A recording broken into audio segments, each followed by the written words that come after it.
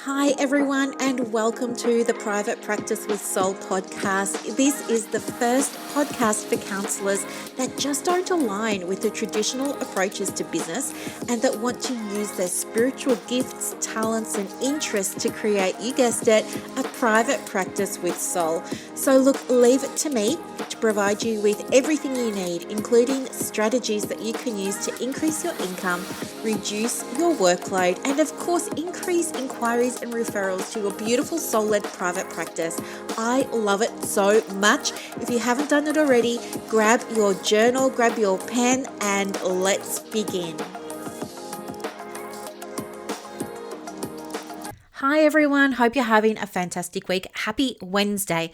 Listen, if you're not driving and you do have space to grab your podcast journal and your pen, go and grab them now, because this is going to be a very, very, very, very practical episode. I'm actually going to give you all of the steps you need to be able to set up an EAP program for you. So you are not going to be relying on other EAPs to send you work. I'm going to teach you how to set yourself up as an EAP provider. And yeah, you'll want to write down the steps. Okay, so first of all, you need to, I'm just diving right in, okay? There's 5 steps. Step 1, choose your area or niche. Now, the reason that you want to do this is because you are going to be competing for work against well-known names. So you want to have a reason that somebody would go with you over somebody that they've already heard of, like Converge or Decord or Eudoxia or whoever else the EAPs are in your area. Acacia Connect, yeah. So choose an area based on your practice area of expertise or specialization or interest. For example, if you love working within the NDIS space, why don't you consider being an EAP provider for NDIS support coordinators or NDIS agencies or businesses, right? Something like that. You get what I'm saying. So that's step 1. Step 2, I'm just moving through these very quickly, aren't I? But step 2 is to validate your offer. And the reason that you want to validate it before you make it is because there's no point making it if no one's going to sign up, right? I don't want you to go ahead and create something and spend a lot of your time and money and energy and getting things printed and pamphlets and only to have a go to crickets. I would much rather you see if it's something your market is interested in. How are you going to validate your offer? Very easily. You are just going to, I'm just going to stick with the example of NDIS businesses. You're just going to ring 3 or 4 of them and you're going to say, be honest. Say, hey, I'm a therapist. I work in this area. I work in this space. And I really want to put together an employee assistance program. Do you know what they are? Have you heard of them before? Don't worry, I'm not going to sell you on anything, but I really want some insight.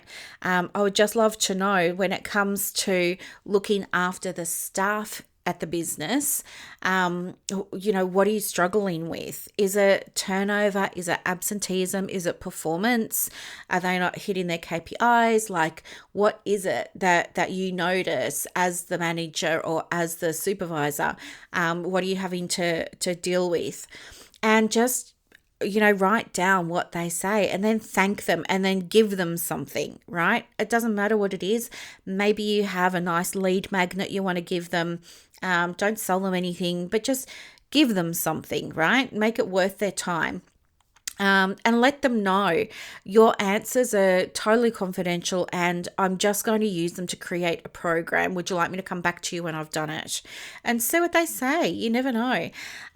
So then once you've validated your offer, you will know if there's a market for it or not. Okay.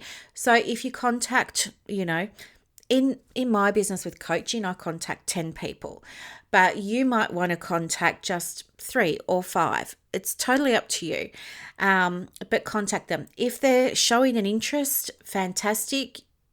proceed with step 3. If they're not showing an interest, go back to square one, choose a different area or niche. Okay, there's no point you flogging a dead horse and trying to put something together if nobody's interested in buying it. Okay, so let's say you validated your offer, people are on board, they're showing an interest, they're saying yes, there is a need. Great, you go and put something together, but you're only going to put together a broad brush stroke outline of what you want your EAP offer to look like. Okay, now there are a few different ways you can go about it. You may want to say, I want to have a retainer service, and that retainer is going to cost the employer this much per month for this many sessions per month, right? Just keep it really easy.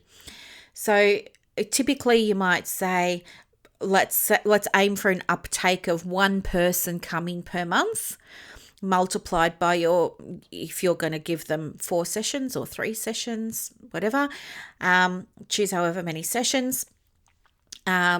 Look at your hourly rate, and then you're going to say, well, if your hourly rate's $150, you might say, okay, so it's going to be $600 a month, and that's going to cover you for one staff member to come and have their sessions. So you really want to start unpacking it and thinking about what it looks like. Please don't make it complicated, because a confused mind will not buy. And that means if you make it too complicated and you say things like, oh, and if the client doesn't come for all 4 sessions, then we'll carry over this much, or then you will get this bonus, or so, you're just going to confuse people. So keep it really simple. You're just putting together an overview, not all of the details yet. Okay.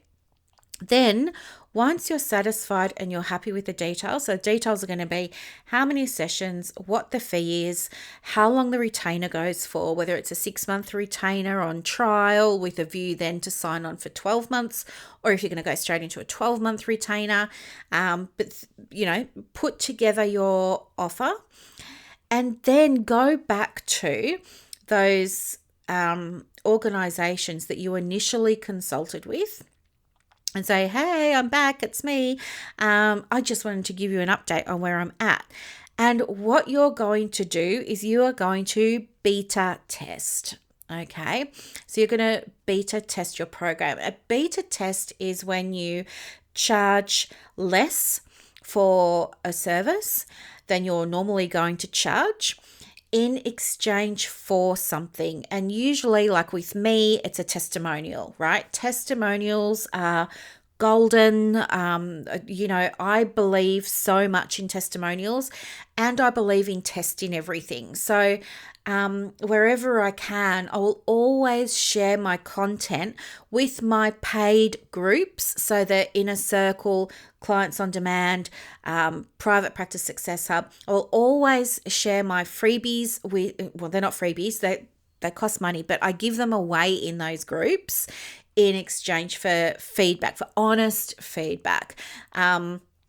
And then I use that honest feedback where I can, as a review, as a testimonial, as a social media post, something like that. So the beta test is good because for you get feedback from the employer on how helpful it was or how helpful it could have been and wasn't. You get feedback from the employer about how smoothly everything went. You get opportunities to update your processes. Like maybe you've got to think about how's someone going to connect with you. Is somebody going to book in through Halaxy for their EAP sessions?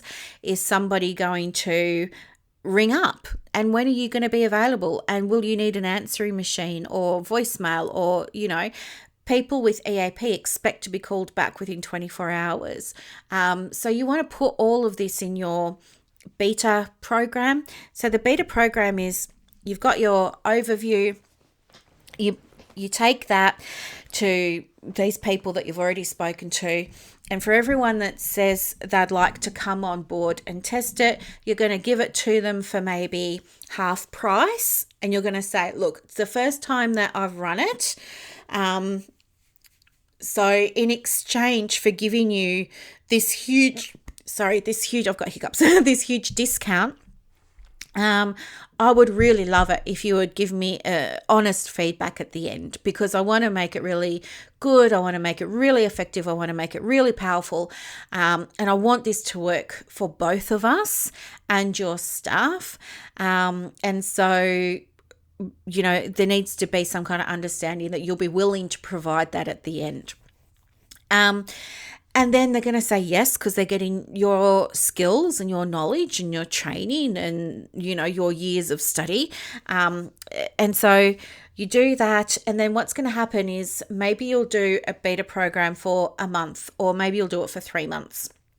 And then at the end, you're going to review it and you're going to have a discussion with the employer about what worked, what didn't, what could be improved, etc., etc., etc. And then you're going to invite them. You're going to say, okay, this is amazing. I'm going to keep doing it and I'm going to make these improvements. And then you get to say to them, I would love to continue to work with your business and with your staff. And if you would like to be a client, I will keep you on at this rate, at your current rate. You will be grandfathered. Everybody else is going to pay X amount, but I will be happy because you supported me with the beta. I'll be happy to give it to you for, the fee that you paid originally, grandfather you in at that. And we can do a 12-month retainer. How's that? So that's how you get your retainer. And once you've done your beta, so you might do your beta even with one organization, it doesn't have to be with any more than that. I would recommend doing it maybe with 1 or 2. And once you've done that, then you've got an EAP program that you've created that works. It's needed in the marketplace. You've got reviews from 2 people. You can write up case studies if you need to write up case studies. And of course, you're going to do them ethically and appropriately and all that sort of stuff. But everything's done for you and off you go. Plus, you've also got goodwill in the community that you're working within. So that is the very broad brushstrokes of how you set yourself up as an EAP provider successfully and get retainers. Now, the reason that retainers are so helpful is because from a business perspective, they support your business in terms of cash flow. So irrespective of how many people are booking in or not booking in, you can count on 12 months of that sort of money coming into your account. Why is that important? Well, not only for cash flow, but it allows you to do things like what I do. Like I go on a holiday once every 3 or 4 months. Like my next one's coming up on Monday. I'm so excited, going to Dalesford again. And I'm going there for a week. I'm so excited about that. But I can do that because I've got retainers, I've got recurring payments, I've got all the things, right? So from a business perspective, it's great. The thing that you need to be aware of is when you're setting yourself up as an EAP provider, the client is not the one that's sitting with you on the couch. The employer is the client. They're the one that you have to look after. So get your head around that. It's a business to business relationship, not a business to client relationship. I hope that makes sense. But like if I came into your practice, I would be a private client. But if I came into your practice and I said, hey, you know what? I want to sign up. I want to sign up for EAP services and I want you to be the provider for me, then I'm a client from a business perspective, right? Your business is providing a support to my business. So they're 2 different types of relationships. And that's probably the biggest thing that you need to get your head around. And I would also recommend maybe having a a counselor there that can do the actual counseling for you, because you will probably want to go and, I don't know, maybe you might want to go and build up your EAP or something like that. But that's how EAPs work. As I said, that's a very broad brush strokes. Of course, there's a lot more to it, and it's not as easy as I'm making out, but you could take that information I've just given you there and have enough to go and start getting yourself retainers. The 5 steps again are to choose your area or your niche, right? So that you know who your people are. You already have that knowledge. You're not going to have to go and learn new knowledge and make new relationships. You're going to validate your offer. So you're going to ring up some people and see if they're interested in it. You're going to put something together, just a loose framework, a general overview of what's included. You're going to take that back to the people that you spoke to initially, offer it to them at a reduced rate, a significantly reduced rate. But when you do that, of course, make sure you're still getting paid. So give them a significantly reduced rate in exchange for honest feedback, a testimonial or a review or whatever it is.